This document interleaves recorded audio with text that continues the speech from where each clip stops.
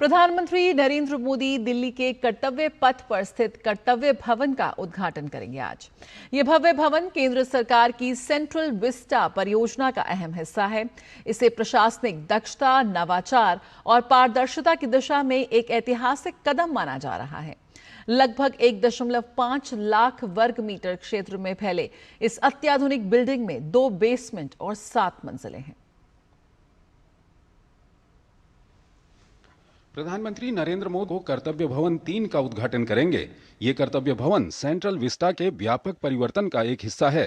ये कई आगामी कॉमन सेंट्रल सेक्रेटरिएट भवनों में से पहला है, जिसका उद्देश्य प्रशासनिक प्रक्रियाओं को सुव्यवस्थित और चुस्त शासन को सक्षम बनाना है। आपको बताते हुए खुशी हो रही है कि जैसे राजपथ को प्रधानमंत्री जी ने कर्तव्य पथ का नाम दिया, उसी प्रकार से इन भवनों का नाम कर्तव्य भवन रहेगा। कर्तव्य भवन 3 एक अत्याधुनिक कार्यालय परिसर होगा जो लगभग 1.5 लाख वर्ग मीटर क्षेत्र में फैला है। इसमें 2 बेसमेंट और भूतल सहित 7 मंजिलें हैं।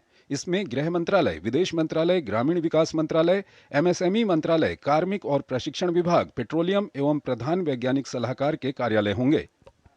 लगभग 1,50,000 स्क्वायर मीटर एरिया इस भवन का और ये है, और जिसमें लगभग 850 कमरे सब बने हुए हैं।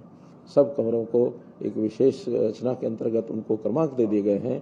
उस क्रमांक में आपको फ्लोर की जानकारी भी मिलेगी, उस क्रमांक में उस कमरे का नंबर भी मिलेगा और भवन का नंबर हम अलग अलग दे ही रहे हैं।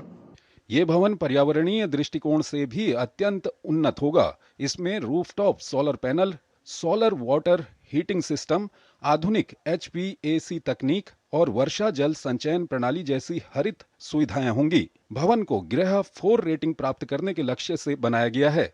साथ ही पानी की बचत को ध्यान में रखते हुए भवन में कई आधुनिक तकनीक का इस्तेमाल किया गया है। कर्तव्य भवन 3 का उद्घाटन प्रधानमंत्री नरेंद्र मोदी करेंगे और इसके बाद से इस भवन में कार्मिक मंत्रालय, विदेश मंत्रालय, गृह मंत्रालय जैसे महत्वपूर्ण मंत्रालय को शिफ्ट किया जाएगा, जिसका कि मकसद कार्य दक्षता को बढ़ाना होगा और खर्च को कम करना होगा। इस भवन के उद्घाटन के बाद से ये कहा जा रहा है कि ये भवन एक पावर सेंटर के रूप में काम करेगा। कैमरामैन ललित के साथ धीरज कुमार, DD न्यूज़, दिल्ली।